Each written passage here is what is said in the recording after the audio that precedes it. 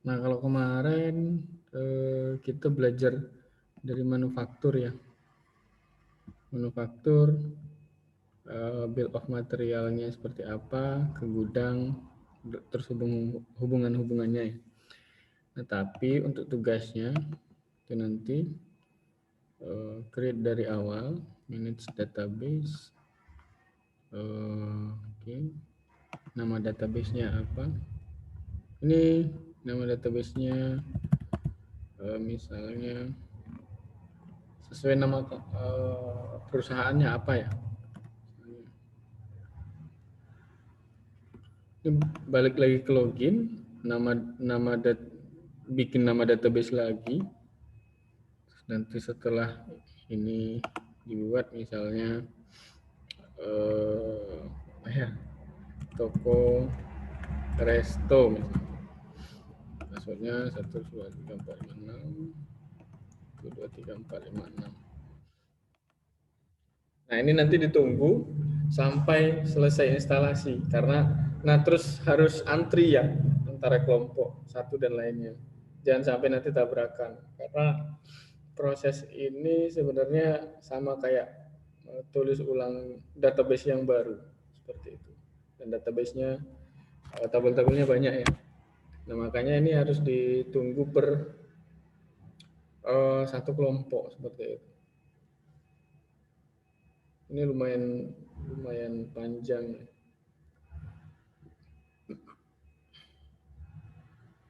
Nah, terus kemarin kita balik lagi ke sini dulu.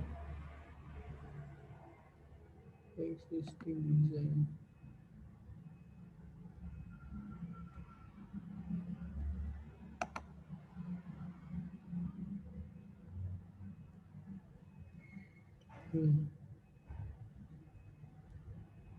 Sudah. Nah, ini sudah di create ya. Nah, hasilnya kosong seperti ini. Nah, di sini nanti ada modul yang terinstall katanya. Nah, hapus yang ini. Nah, setelah itu kalian coba install model MRP, kemudian gudang, pembelian dan penjualan, penjualan dan pembelian. 4 modul ini aja. Oke, saya install gudang dulu. Ini tetap nunggu lagi ya. Sambil nunggu. Coba.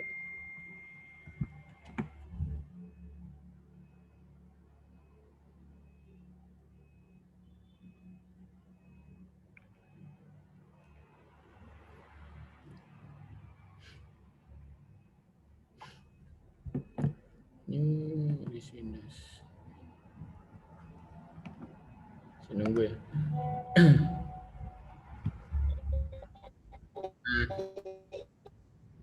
Sambil nunggu, kemarin kan di sini ya, di proses produksi. Proses produksi ini kan ada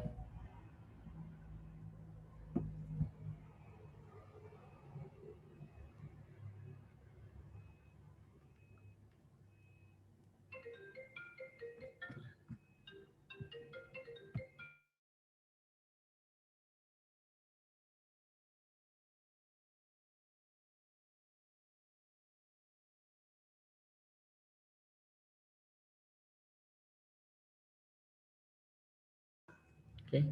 Ini proses produksi kemarin ada bill of material, bahan baku dan manufacturing order dan produksi ya. Namun yang kita install duluan ini bagian warehouse ya. Karena ini ujung tombaknya tentang gudangnya seperti itu. Ada produk di sini, ada bahan baku juga di sini. Jadi ini master datanya. Nah, ini kita disuruh setting ya. Disuruh setting. Kita cari Indonesia. Kalau ada, kalau nggak ada,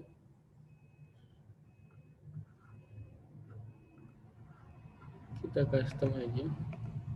Nah, ini nama perusahaannya kita kosongin dulu. Periodenya bulanan atau 3 bulan. Physical years-nya kita kosongin aja. Kita standarkan saja dulu. Kemudian ini tetap nanti perusahaannya memang harus disetting dulu ya sebelum ini harusnya. Terus currency-nya kita ganti IDR di sini.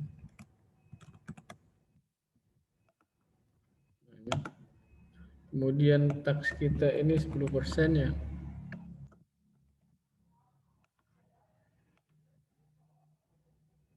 Nah, ini digitnya juga diganti harusnya.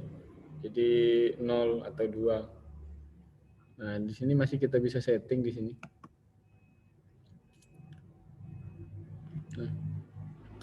Nah, perusahaannya, company-nya apa ya? Kita setting misalnya nama perusahaannya Toko Stone. Logonya apa, kemudian disimpan. Nah, gudang tadi masih bisa disetting di sini. Nah, ini. Kalau general settingnya sini. Kemudian terus bahasanya di mana ya? Nah, itu pertanyaannya.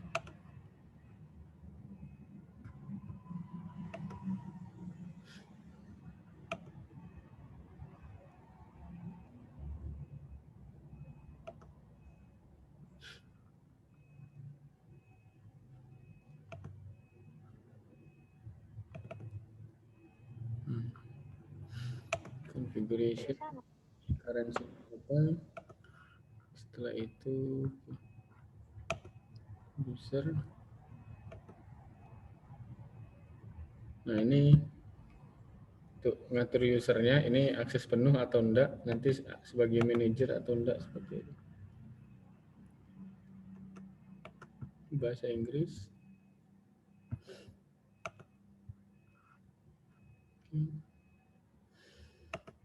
Oke, setelah itu kita masuk ke warehouse.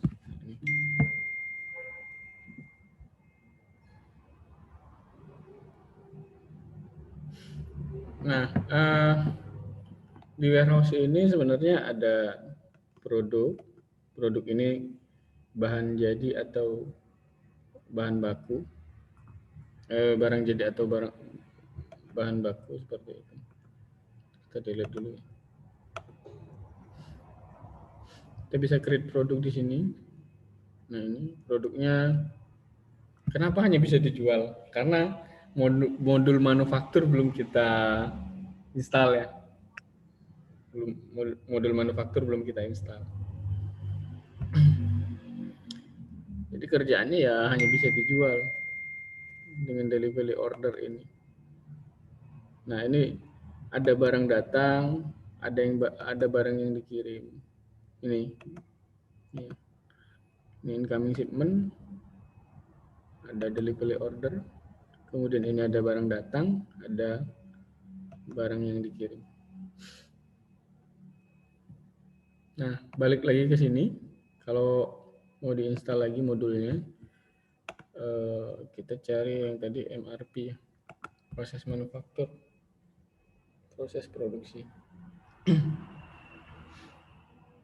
Ini saya contohin dari awal karena setiap kelompok harus mendemokan 2 modul minimal dan keterkaitannya, kemudian diisi menggunakan item-item atau barangnya sendiri, seperti itu. Nah, setelah di proses produksi ini, kita cek lagi di produknya, kita select. Nah, ada barang yang bisa dibeli karena proses manufaktur kita sudah buat ya.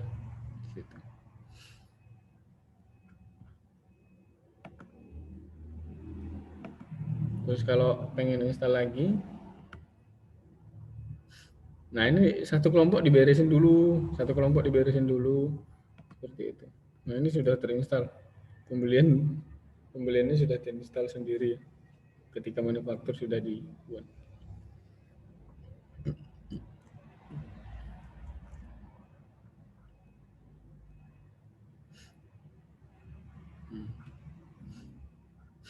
Nah, ini penjualannya sudah ada. Oke, kemarin kita sudah mempelajari ini sampai akhirnya di warehouse ya. Nah, kita masuk ke penjualan sekarang. Apa sih yang terjadi di penjualan?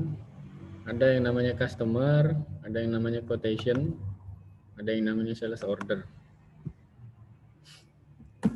Nah, produknya belum ada. Produknya belum ada. Itu yang dijual ya. Kemarin kan kalau memang mau manufaktur harus beli dulu barangnya. Nah, sekarang kita buat produk jadi dulu deh. Tuh, kita jualan. Misalnya produknya apa ya? Baju muslim. Kategori produknya boleh dibikin, boleh enggak. Misalnya kategorinya baju, kategori pakaian.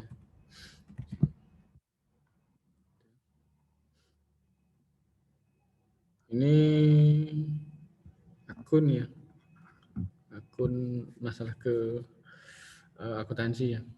Nanti kalau sempat kita belajar akuntansi sebentar, kalau nggak sempat ya udah. Nanti modulnya saya kirimkan. Oke, pasti kategorinya sudah dimasuk di sini, walaupun kita tidak kriteria.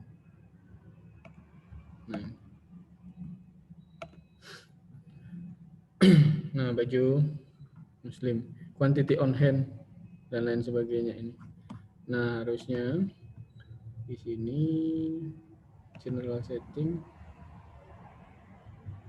Nah, tadi desimalnya 0 aja ya. Boleh 0,2 deh kalau memang penting. Saya batasin 0. Nah, ini 2 ya. Terus warehouse, manufaktur, di sales juga. Kita cek. Ini ada beberapa settingan sebenarnya. Kalau nanti ini akan berhubungan dengan proses bisnis ya. Jadi misalnya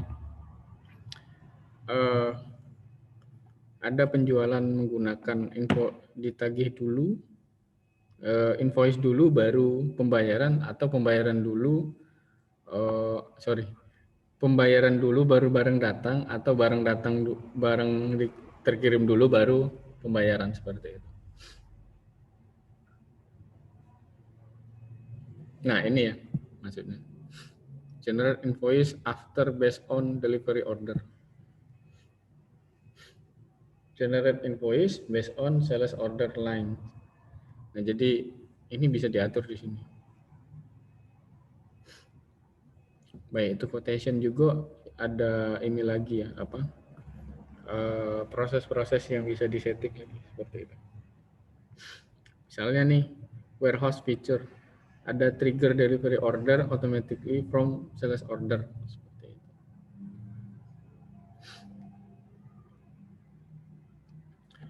Oke, saya terapkan. Kemudian di warehouse ini stok barang tadi masih. Nah, ini bisa dijual, bisa dibeli. Jadi saya beli langsung seperti itu, langsung saya jual. Oke. Stoknya di mana ya? Stoknya ini di inventory. Saya update manual stoknya menjadi 5. Saya simpan seperti ini.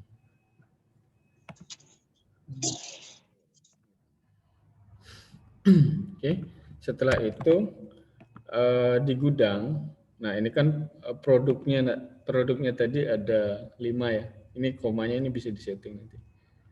Ada 5. Coba saya setting dulu ya. Kalau tidak salah.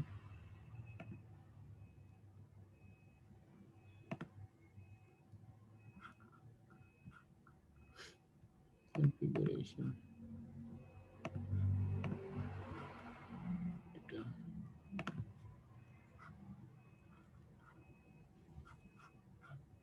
Oke.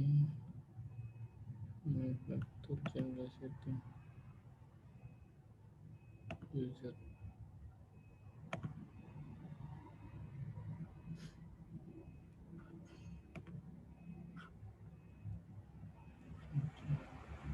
Voice.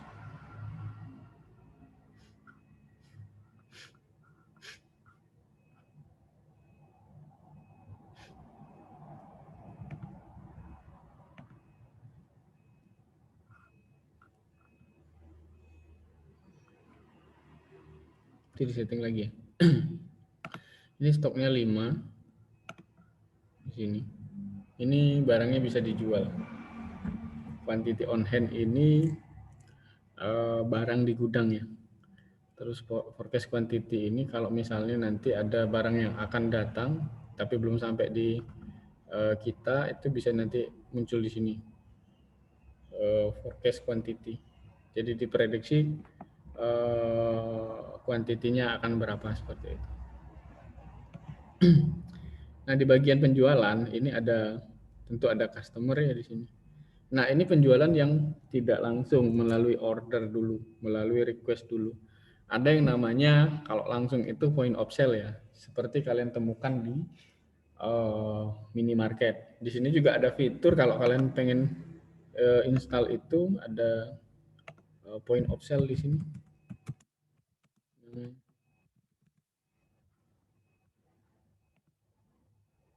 Pos ya.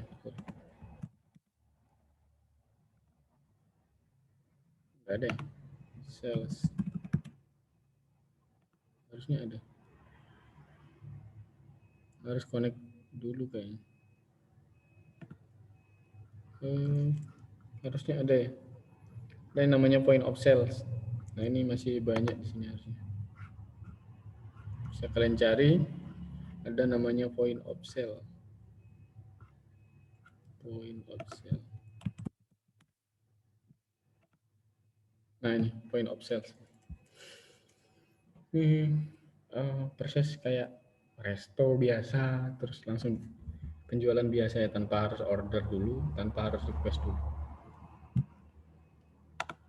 Kita balik lagi ke sini, butuh data customer, kita input dulu misalnya Umar, ininya komponennya, simpan aja dulu, penting ada identitas. Kemudian ada yang namanya request for quotation. Request for quotation ini kita request dulu, nanti baru masuk ke pemesanan. Request ini untuk ini ya, proses di sini, approval di sini, request permintaan order di sini. Jadi nanti baru masuk di sini setelah di approve sama yang berhak ya, misalnya manajernya atau apa. Baru nanti setelah terpenuhi nanti cek di gudang apakah barangnya ini ada. Kalau ada langsung dikeluarkan, di approve, setelah di approve dikeluarkan ke sales order yang akan nanti dikirimkan ke si ini ya, si yang customer ya, seperti itu. Nah, requestnya seperti ini. Konsumennya apa? Umar ya. Saya requestnya baju muslim 1. Ini koma ya. Sorry, jangan salah persepsi nanti. Close. Saya simpan. Nah, ini masuk ke quotation. Setelah saya simpan seperti ini. Nah, sebenarnya ada user lagi yang namanya manager. Kebetulan ini super user, jadi bisa akses semua ya. harusnya kalau misalnya memang mau dipisah, ini kita bisa create user hanya untuk penjualan seperti itu. Right access ini bisa disetting ini ya, ini sebagai manager, hanya sebagai melihat saja, atau si OLED seperti itu. Jadi dia hanya bisa penjualan saja, atau beberapa modul yang bisa diakses seperti itu. Atau sebagai manajer penjualan juga bisa di sini.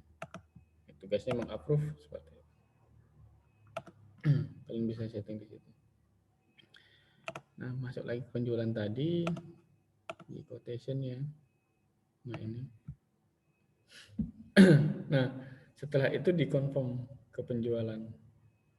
Kalau dikonfirm, maka ini akan menjadi sales order di sini. Nah, di sini. Tadi sudah dikonfirm jadi sales order juga ya, tapi stoknya ada seperti itu. Coba kalau stoknya nggak ada, pasti akan muncul notifikasi di warehouse juga. Nah, ini prosedurnya seperti apa?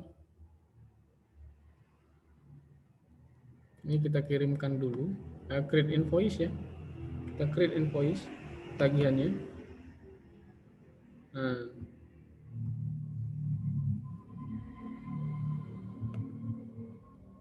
kita create invoice-nya.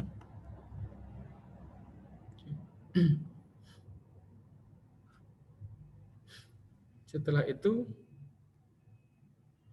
barang dikirimkan terlebih dahulu, baru nanti selesai proses sales ordernya. Nah, bisa langsung dari sini view-nya. Nah, ini hasil invoice-nya tadi kita bisa cek di sini. Kita validasi invoice-nya. Kemudian dilakukan pembayaran. Kebetulan harganya Rp1 ya tadi di sini. Di produk ini kan harganya Rp1, jadi harus disetting lagi kalau memang harganya berapa. Ini ya Rp1, saya lupa tadi jelasin. Kalau misalnya harganya misalnya 150.000, kebetulan sudah masuk sales order, jadi harganya tetap Rp1. Nggak bisa dong serta-merta nanti misalnya mengubah ini tiba-tiba berubah juga di sini, nggak boleh. Ini tergantung data historicalnya ya. Jadi itu penting juga untuk kalian kalau misalnya lagi sales order, ini data produk ini tidak akan berpengaruh ke sini karena sudah masuk ke sales order seperti itu, sudah masuk ke tagihan. View invoice. Nah, setelah dilakukan pembayaran, register payment namanya. Oke. Payment metodenya cash misalnya, kita bayar. Oke, bayar. Sudah melakukan pembayaran. Nah, seperti ini. Nah, belum selesai karena barang belum dikirim. Kita lihat cek delivery order.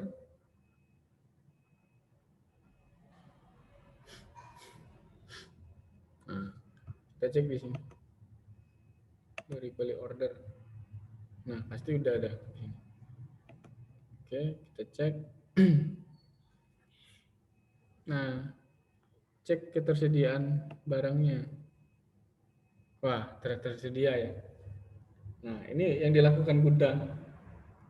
Kemudian saya deliver. Nah, karena saya tadi punya banyak akses, jadi saya bisa lakukan lakukan di penjualan, ngecek invoice, terus ke gudang karena saya punya akses semuanya. Tapi kalau nanti tidak ada, maka saya tidak bisa mengakses gudang dari sales order seperti itu. Masuk lagi sini. Nah, tadi cek ketersediaan barangnya sudah selesai, kemudian saya kirim. Saya kirim kuantitinya 1, tetap saya dikirim, deliver. Ketika sudah terkirim, maka slip delivery ordernya sudah bisa, slip terkirimnya sudah ada. Nah, setelah selesai, maka di penjualan ini dianggap statusnya down, selesai seperti itu. Nah, kalau kita gambarkan di sini, sorry. Kalau kita gambarkan di sini, maka tadi apa? Ada muncul invoice di sini.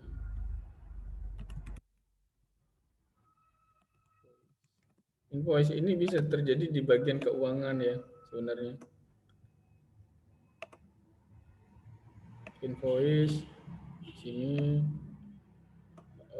ini lagi dilakukan pembayaran, register payment di sini oleh bagian keuangan.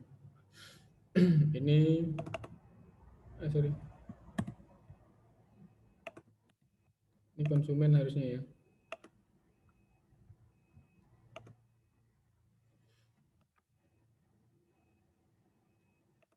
Ini konsumen. Ada tagihan di sini dilakukan pembayaran, nanti balik lagi ke gudang. Nah, tapi kalau misalnya memang mau disetting seperti itu, di sini juga ada set ini ya. Nah, kalian bisa setting di sini. Generate sendiri invoice ketika delivery order. Based on delivery order, kalau setelah selesai dia generate sendiri invoice, baru bayar. Seperti itu. Kalau ini generate sendiri invoice setelah dari sales order, bisa disetting seperti itu.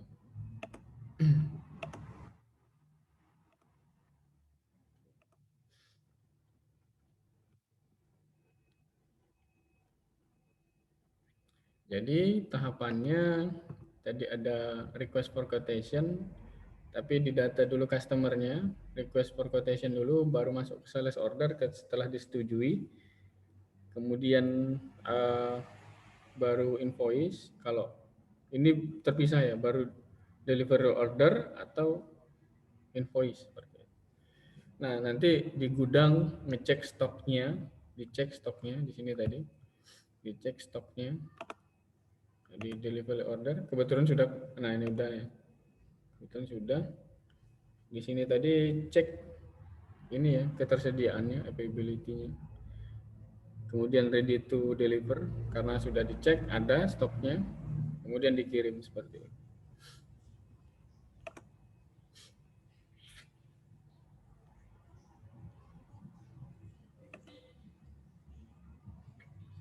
Oke, nanti minggu depan kita harusnya udah selesai ya.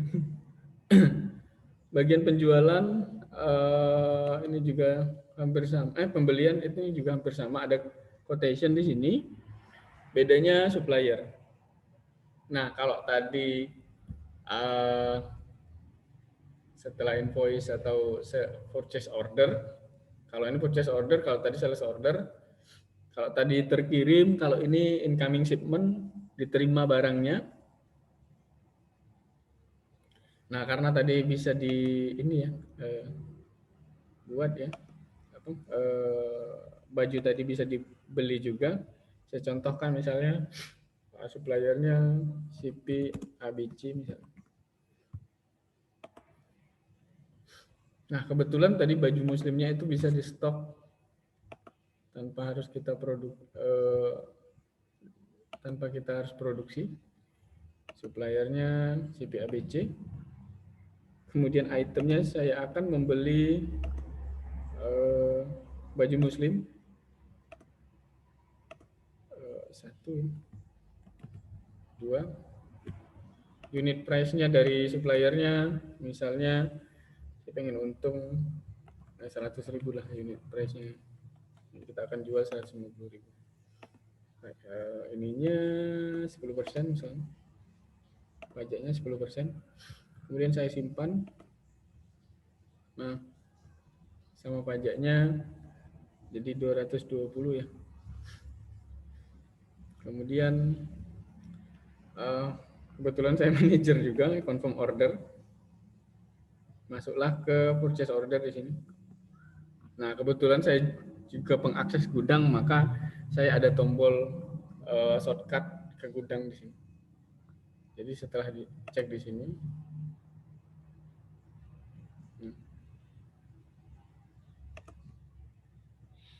ya.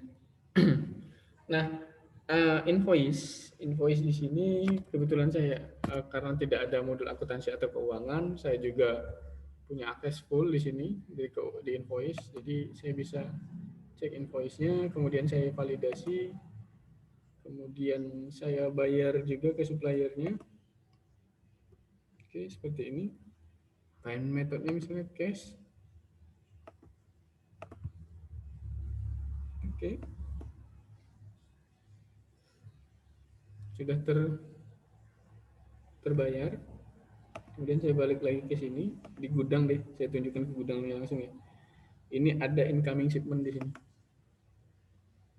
Nah, barangnya datang, baru saya klik terima. Kemudian betulkah 2 yang saya beli? Ini kebetulan komanya 3 ya. Iya betul. Oke. Incoming shipment-nya selesai di sini. Dan pembelian barangnya juga selesai di sini. Seperti itu. Bisa juga dilihat di sini incoming shipment tadi. Bisa juga kita cek incoming produknya. Tidak ada ya. Nah, terus kita cek stok dari produk tadi. Nah, harusnya tadi forecast dulu ya. Forecast quantity. Nah, kalau misalnya belum diterima, maka bedanya seperti ini. Saya buat lagi quotation ya. Bedanya, berapa menit lagi. Bedanya nanti misalnya quantity on hand-nya akan berbeda kalau misalnya barangnya belum datang. Saya coba pesan 2 lagi. Ini 100.000. Teksnya misalnya 10%. Kemudian saya simpan. Confirm order. Nah, ini coba kita cek incoming shipment yang ada di gudang.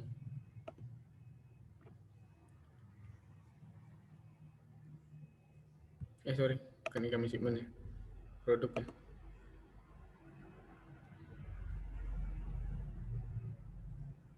Nah, kan akan bertambah 2 maksudnya. Akan bertambah 2 tapi belum sampai barangnya. Nah, ini kita jualnya segini. Akan sampai 2, tapi barang di gudangnya itu masih 6. Akhirnya di forecasting jadi 8, seperti itu kira-kira. Kalau misalnya saya terima barangnya atau bayar dulu deh. Saya bayar, saya validasi invoice-nya, kemudian saya bayar. Setelah itu saya bayar.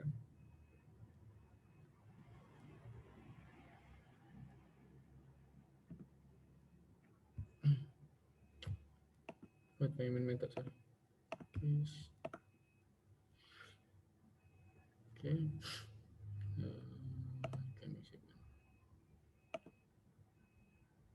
Saya terima produknya. Save. Oke, saya terima. Oke, ke warehouse. Kita cek barangnya. Nah, jadi 8 seperti itu.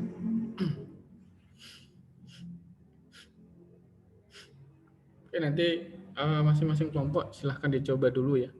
Di otak-atik, setting company-nya seperti apa.